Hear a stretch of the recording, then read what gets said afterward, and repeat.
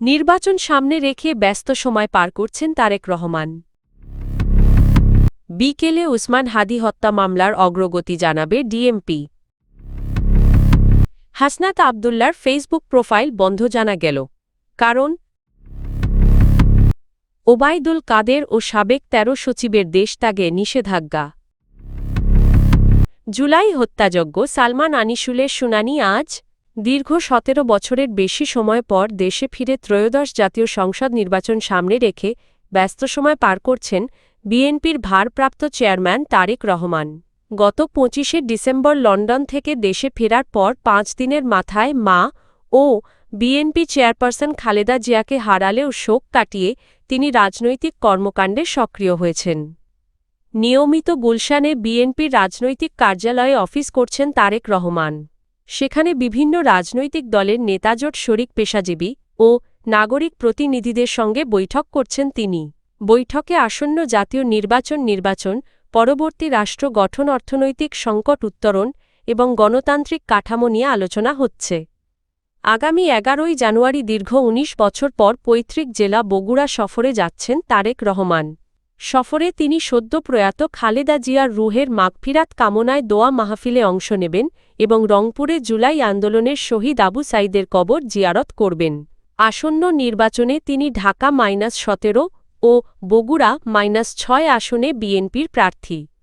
নির্বাচনে দলের বিজয় নিশ্চিত করতে বিদ্রোহী প্রার্থীদের সরিয়ে নেওয়ার উদ্যোগও নিতে পারেন তিনি।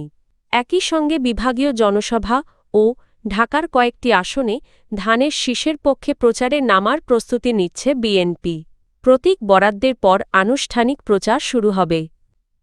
সোমবার গুলশানে বাম দলগুলোর জোট গণতান্ত্রিক যুক্তফ্রন্ট এর সঙ্গে বৈঠকে তারেক রহমান বলেন, ৭১-এর মুক্তিযুদ্ধ ছাড়া বাংলাদেশের অস্তিত্ব নেই। তিনি জানান, বিশ্বাসী ও অবিশ্বাসী সবাইকে নিয়ে একটি উদার গণতান্ত্রিক কল্যাণমূলক রাষ্ট্র গড়ার পরিকল্পনা রয়েছে বিএনপির। এছাড়া নাগরিক Oikya, Ganosamhati Andolan, AB party, labour party, Jamiat সহ বিভিন্ন দলের নেতারা এবং ঢাকা বিশ্ববিদ্যালয়ের উপাচার্য তারেক রহমানের সঙ্গে সাক্ষাৎ করেন। ব্যবসায়ী নেতারাও তার সঙ্গে বৈঠকে শিল্পখাতের সংকট ও আইন-শৃঙ্খলা পরিস্থিতি তুলে ধরেন। ইনকিলাব মঞ্চের মুখপাত্র শরীফ ওসমান বিন হাদী হত্যা মামলার অগ্রগতি নিয়ে আজ ব্রিফিং করবে ঢাকা মেট্রোপলিটন পুলিশ ডিএমপি। মঙ্গলবার বিকেলে ডিএমপি মিডিয়া সেন্টারে অনুষ্ঠিত এ ব্রিফিংয়ে মামলার তদন্তের সর্বশেষ অবস্থা তুলে ধরবেন অতিরিক্ত পুলিশ কমিশনার মো. শফিকুল ইসলাম।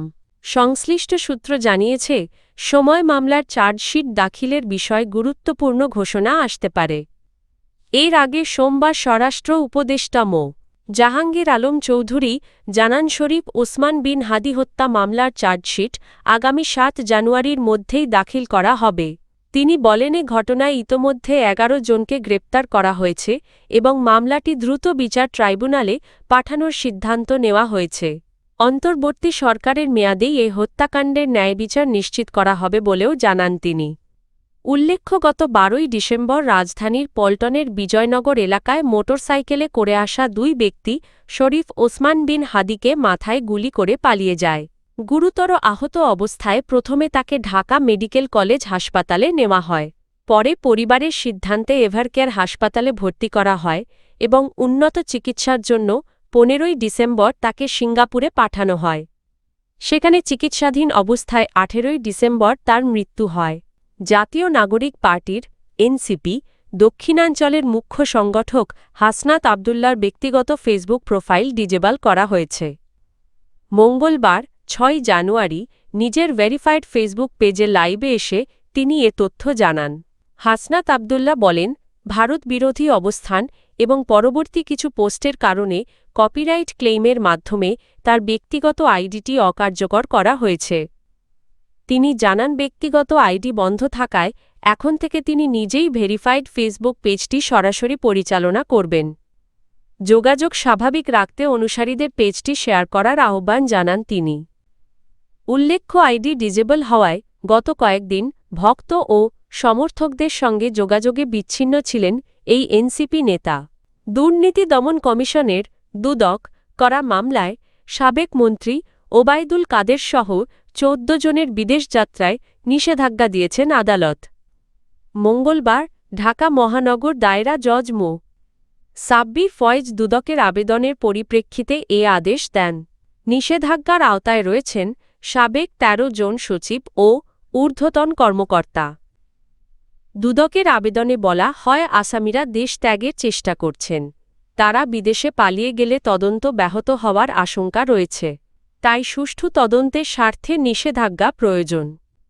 মামলার অভিযোগ অনুযায়ী ঢাকা এলিভেটেড এক্সপ্রেসওয়ে প্রকল্পে ক্ষতিগ্রস্তদের পুনর্বাসনের জন্য অধিগ্রহণ করা ৪০ একর জমি আইন বহির্ভূতভাবে সরকারি কর্মচারীদের জন্য ৯৯ বছরের লিজে আবাসন নির্মাণে ব্যবহার করা হয়। দুদক জানায় ভূমি অধিগ্রহণ আইন ও বাংলাদেশ সেতু কর্তৃপক্ষ আইন লঙ্ঘন করে নীতিমালা প্রণয়ন ও বাস্তবায়নের মাধ্যমে আসামিরা পরস্পর যোগসাজশে দুর্নীতি করেছেন।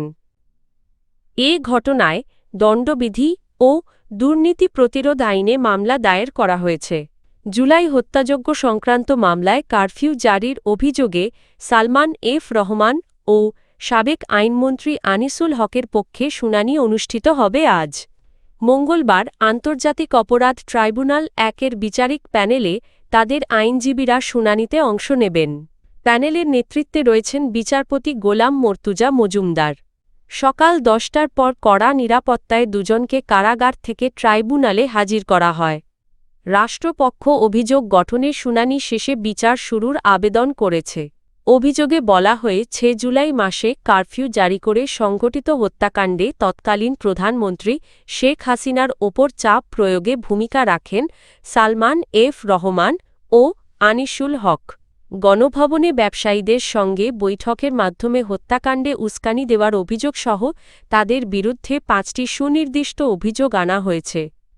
এদিকে আন্তর্জাতিক অপরাধ ট্রাইব্যুনাল ২-এ কুষ্টিয়ায় ৬ জন হত্যার মামলায় জাসদ নেতা হাসানুল হক ইনুর বিরুদ্ধে আজ সাক্ষ্য গ্রহণ হবে। পাশাপাশি আবু সাঈদ হত্যা মামলায় তদন্তকারী কর্মকর্তা চতুর্থ দিনের মতো সাক্ষ্য দেবেন।